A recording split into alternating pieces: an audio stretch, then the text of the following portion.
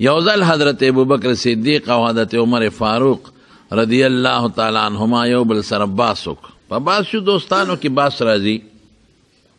ابوبکر صدیق د خولې نه لږه تیزه خبره ووته، په هغې حضرت عمر فاروق رضی الله عنه لږ خفه شو. عمر صاحب جذباتي مو لږ په صحابو کې. عمر صاحب خفه شو. ابوبکر صدیق پوه شو چې دا عمر خو ما خفه که، نو وی هلکه ما نه زیاتې وشو، ما معاف که. عمر غصه ووی نه. روان شو ته عمر فاروق حضرت ابوبکر هم ورپسې شو. هلکه ما غلطي وکړه، زیاتې مې وکړه. هغه وی نه، بس روان شو. کور ته لاړ حضرت عمر، ابوبکر صدیق هم ورپسې کور ته لاړ چې ما معاف که، ما نه غلطي وشو، زیاتې وشوه. ګوره د شریعت قانون دا چې یو سړي نه زیاتي وشي او غلطي وشي، فورا دې د بل ملګري نه معافي وغواړي، ما معاف که. دا آسان علاج دی. بل ملګري لم پکار دی چې معافي ته وغواړي، نو چې هغې معاف کړي. لیکن عمر صاحب جوش کې و، جذباتي و، غصه و. اتې روان دی ابوبکر صدیق رضی الله تعالی عنه ورپسې دی. عمر صاحب کور ته ننوت، دیم ورننوتېده، نو عمر ورته دروازه بنده کړه. نو دی خپه را روان شو. د لنګ یو طرف یې اوچت کړی و، بل په ځمکه راښکې شو، مسجد نبوي ته راننوت. عمر صاحب چې کور ته ورسېد او لږ په قلار شو، ام ستومانه و چې دا مې څه غلطي وکړه. حضرت ابوبکر صدیق خو یو مشر دی په صحابو کې، د حضور پاک لومبی صحابي دی. که غلطي وکړه او تیزي وکړه، خو معافي غوښته و. ګوره ما معاف نه که، بیا راپسې کور ته راغی، نو ما دروازه ورته بنده کړه. دا مې څه غلطي وکړه. نو ستومانه شو راووت. جومات ته اوس دواړه رالل. ابوبکر صدیق مخکې دی، عمر ورپسې دی. حضور پاک کې حضرت ابوبکر صدیق رضی الله عنه لیده، نو پوه شو وی دې سړي چا سره شور کړی دی. اندازه دا ده چې څه جنګ جګړه او سوچ شور یې کړی دی. دې کې حضرت عمر صاحب راورسېد. حضرت ابوبکر صدیق ته وی ابوبکر ولې؟ وی عمر سره رانه زیاتې وشو، تیزي رانه وشوه. او بیا عمر صاحب رانه معافي مې ترې غوښته دی، رانه لاړ او بیا راته دروازه بنده کړه. قسم دی حضور پاک په حضرت عمر فاروق رضی الله عنه غصه شو. او وی هل تارکو لی صاحبی، هل تارکو لی صاحبی، زما ملګری به پرېږدی؟ ابوبکر یادی زما ملګری دی حضرت ابوبکر صدیق، دی به پرېږدی؟ ابوبکر صدیق وی ما خفه شم چې هسې نه حضور پاک حضرت عمر صاحب ته تیز ونه وی. وی ما ورته بار بار و چې الله رسوله زیاتې ما کړی دی، ما نه غلطي شوې ده. او حضور پاک بیا بیا وی هل تارکو لی صاحبي، ملګری به مې پرېږدی؟ او بیا څه وی رسول الله مبارک؟ وی کم وخت کې چې مال الله پیغمبري راکړه، نو ابوبکر وی صدق ته رښتیا دی، و تاسو ټولو وی کذب ته دروغ دی. وی دا هغه صحابي دی. اول نمبر چې ما وی مال الله نبوت راکه، تاسو ټولو وی کذب ته دروغ دی. وی ابوبکر وی صدق ته رښتیا دی. وی ګوره څومره حضور پاک حضرت عمر څونه لوی صحابي دی. حضرت عمر فاروق رضی الله عنه مبشر بالجنت، یو ځل نه څو ځله د جنت زیری دی. او حضرت عمر فاروق ته خپل وزیر ویلی دی، خپل وزیر. او حضور پاک مبارک یو ځل جماعت ته راننوت، ښي طرف ته ورسره حضرت ابوبکر صدیق دی، ګس طرف ته حضرت عمر فاروق دی رضی الله تعالی عنهما. یو یې د ښي لاس نه ونیو ابوبکر، عمر د ګس لاس نه، او صحابو ته مخامخ ودرېده. وی هکذا نبعث یوم القیامت، وی قیامت پر ورځ زموږ قبرونه داسې پاسو، داسې به پاسو. څومره نږدې ملګري. لیکن بیا ابوبکر له فضیلت ورکه په عمر. نو چې کم صحابه به لومبي مسلمانان شوي وو، ابه پیغمبر علیه السلام ته ډېر درانه.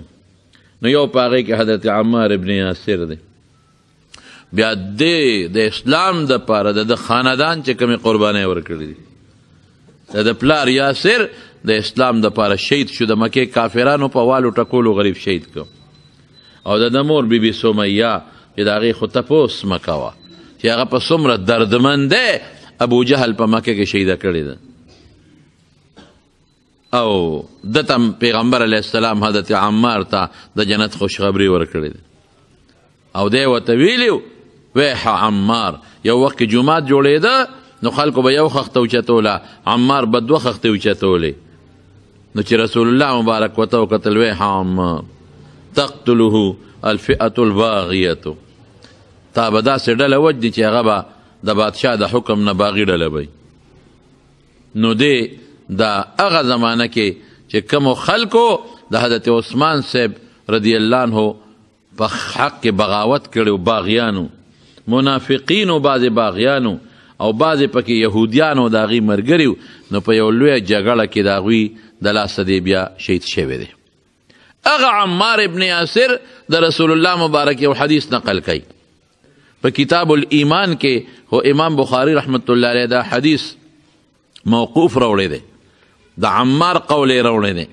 لیکن په بعضې کتابونو کې دا مرفوع دی د رسول الله صلی الله علیه وسلم حدیث دی حضور پاک فرمایي ثلاث درې څیزونه دي من جمعهن چې دا درې واړه چا را جمع کړل ځان کې درې واړه چا جمع کړل فقط جمع الایمان د ایمان ځان کې را جمع کو چې دا درې څیزونه په چا کې موجود دي بس دا کامل مسلمان دا درې څیزونه چې د چا په سینه کې پراته دي د سینې په صندوق کې جمع پراته دي د سینې په قالب او په صندوقي ایمان پروت دی یو په هغه دریو کې څه دی الانصاف من نفسک علماء ګڼ معنی کوي الانصاف فی نفسک د زړه کې سوچ وکړه الانصاف ناشن من نفسک الانصاف مع نفسک ډېرې معنی یې دي خو د طالبانو خبرې مونږ هغوی ته کوو یو ورځ سبق یې په دې یو ټکي کې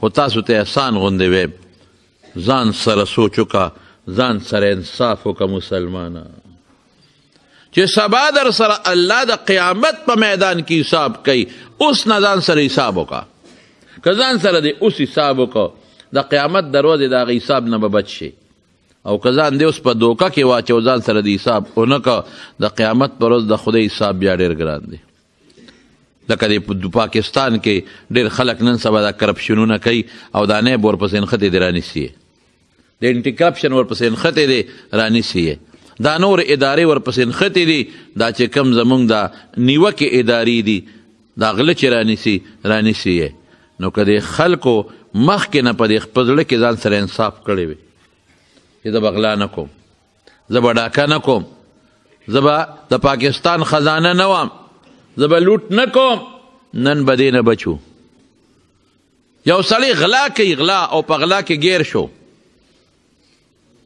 نو که ده د وخت نه سوچ کړی وی چې غلا نه کوم ولې ګیر بشم غلا نه کوم ولې څوک به مې ونیسي رسوا بشم غلا نه کوم ولې جیل ته به لاړ شم غلا نه کوم ولې دنیا کې به بېعزته شم نو دی به بیا د بېعزتۍ او د غلا نه به بچي نو دقه رنګې که موږ په دې زړه کې سوچ وکړو ځان سره مو خپله انصاف وکړو ځان سره خپل انصاف وکړو چې د خدای خلاف نه کوم دنیا کې به مې مړه ونیسي اخر کې به مې مړه ونیسي د خدای دشمني نه کوم قبر شته د خدای دشمنی نه کوم اخرت شته د خدای دشمنی نه کوم اخرت کې بیا به یوازې نم اتلس سل زره قامه کې به شرمېږم بس دې به ټیک رواني او که دلته کې ځان سره انصاف ونه که قبر کې به هم شرمېږي ځان کدن کې به وال ټکول خدای کې هم شرمېږي د قیامت په میدان کې به هم شرمېږي او دوزخ کې به هم شرمېږي او د خپل ښکلي محبوب محمد مصطفی صلی الله علیه وسلم په مخ کې به هم رسوا او شرمېږي به